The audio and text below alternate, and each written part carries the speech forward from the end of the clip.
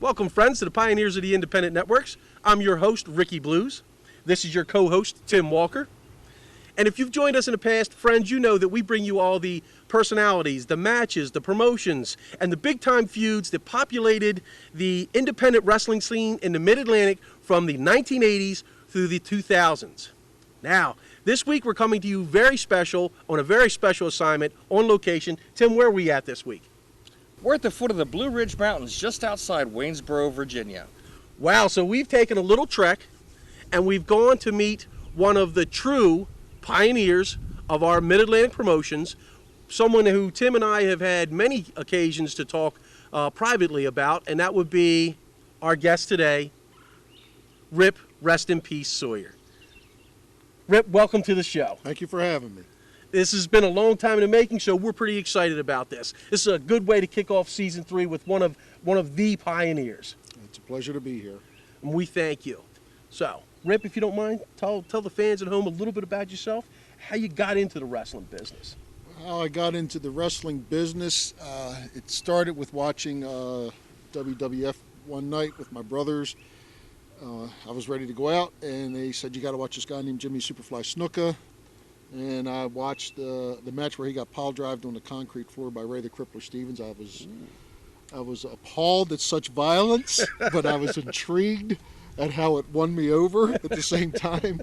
And so weeks and months would go by, and I kept watching the saga with Jimmy Snuka and Ray the Crippler Stevens, and decided I was going to be a pro wrestler.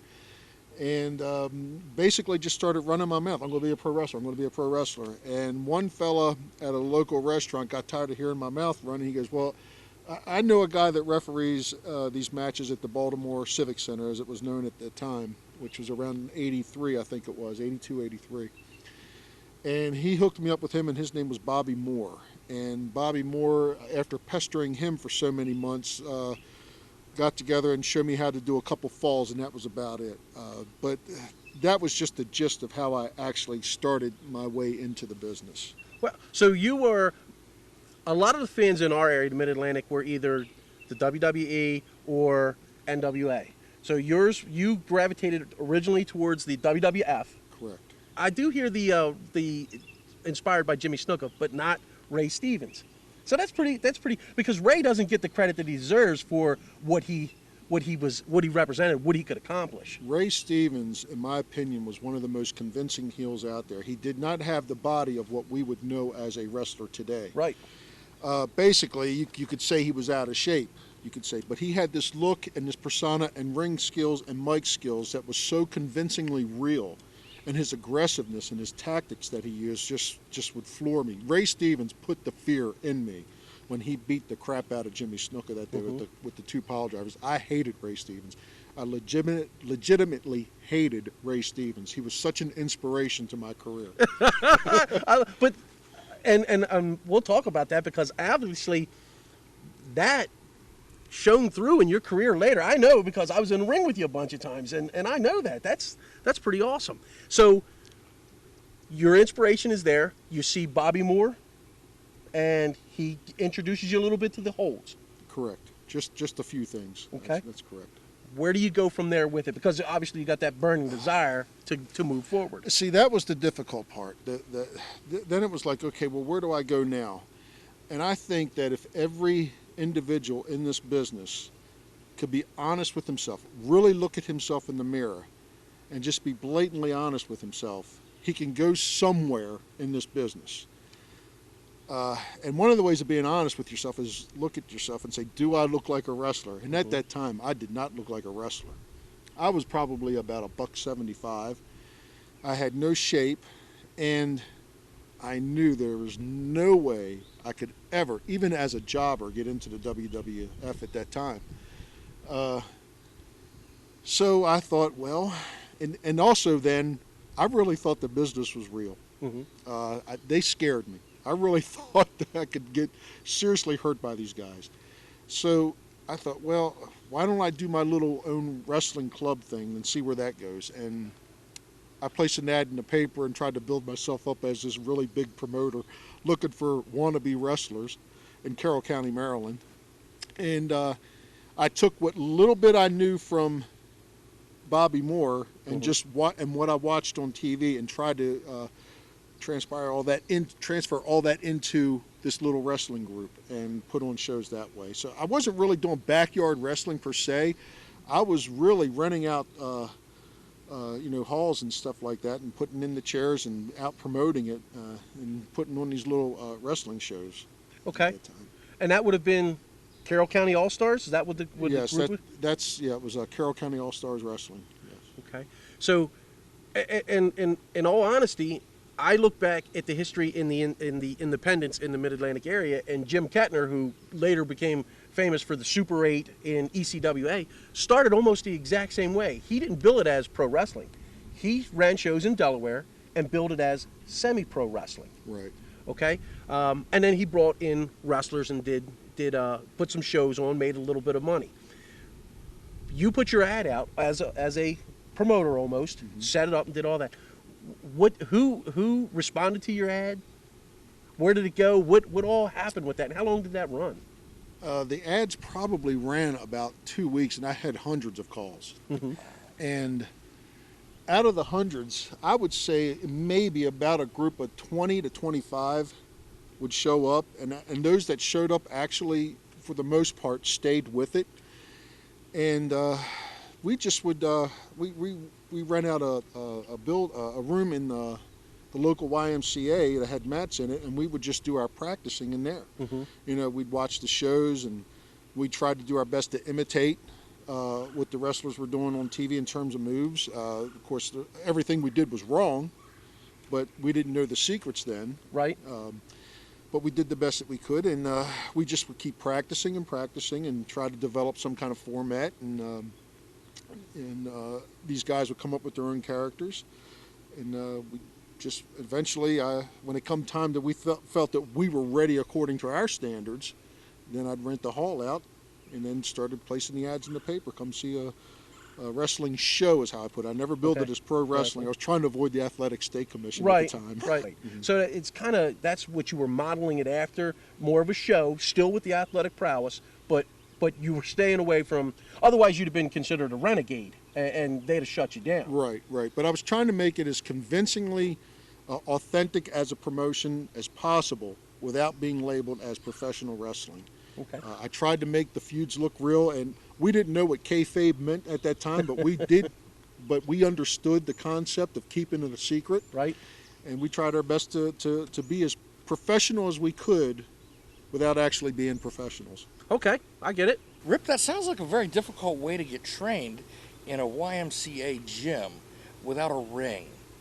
How did you adapt your shows then to actually having a wrestling ring with ropes and turnbuckles and an audience in front of you? It was very dangerous. We beat the crap out of each other.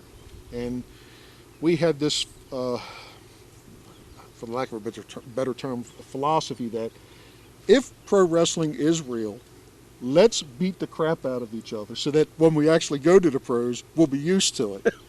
If it's not real, well, then we've toughened ourselves up so bad, or so good, so to speak, that it would be a piece of cake for us when we got into the pros. But we would actually have ropes, and two guys would hold the ends of the ropes, and that's how we practice hitting ring ropes. But we never hit the ring ropes correctly because we just never studied it that in depth. We just never grabbed the ropes. It was always our backs hitting the ropes, which is a very dangerous way to hit the ropes, but that's how we did it. Right. And so guys would hold the ropes. We practiced hitting the rope, and then when the come time to actually get a show, I'd rent a boxing ring out, and they'd bring it in there. And of course, the boxing ring had like 4 ring ropes, I believe, and I'd tell them, you got to take the bottom one off. I want this to look as pro as possible, as much as we can. So it would be 3 ropes. And I'd have them get there at 9 o'clock in the morning to set up. And we would practice all day long because we never had a ring, so that we could get used to the ring. The feel of it. And then put on the show. Boxing rings are notoriously known as being very hard. Oh, it was horrible. It must have been very once hard again, to take bumps. it fit into that philosophy. If the pro rings are that soft, we'll be used to it when we get in there. Out of the 25 people that were part of your group, would we recognize any of the names today? Probably not, that I can think of, I can't think of anyone. Oh, that's okay. Oh, wait a minute. I did forget one. But he actually came in the North Avenue days. So, and we're talking about Agent Orange. Oh yeah, Bruce. But he was known as Hurricane Mitchell at that time. So that's why I wasn't connecting Bruce Right. with Carroll County, because he actually, I think I met him on one Carroll County show, and that was briefly. It was like, who the hell are you? You know, type thing. And then I think we got more acquainted with the North Avenue days, which is why I didn't recognize Bruce's, connect Bruce with Carroll County immediately. But Bruce is the only one that I can think of if you want to connect Carroll County and North Avenue together.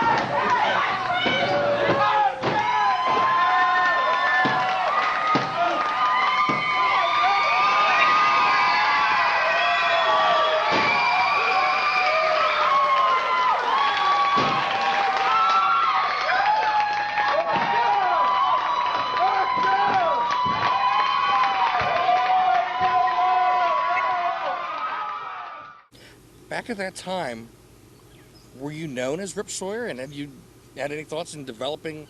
Always A been known as character? Rip Sawyer, and ever since day one, it was always trying to develop Rip Sawyer. Okay. Even to this day, it's probably, how could I still have developed Rip Sawyer?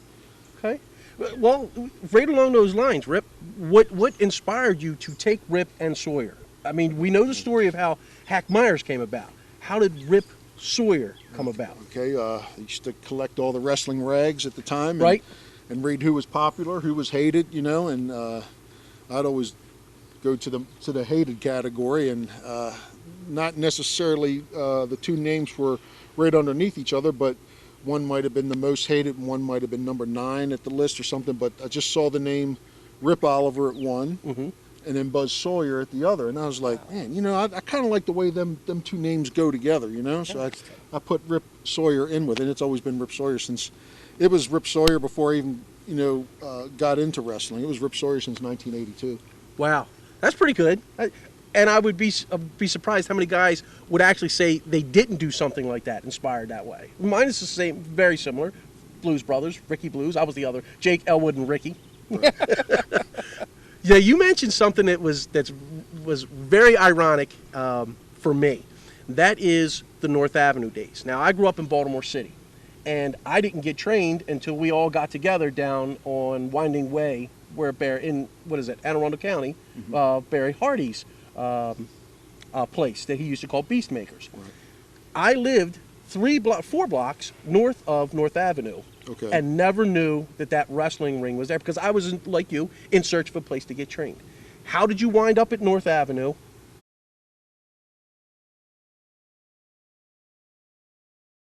And tell us a little bit about those days. That would have been the Jimmy Leon, the Bob Starr, Right. probably Dave McAllister, Dave the Wave, Right. AJ Fritzoy, that Right. time period. Right. Tell us a little bit about that.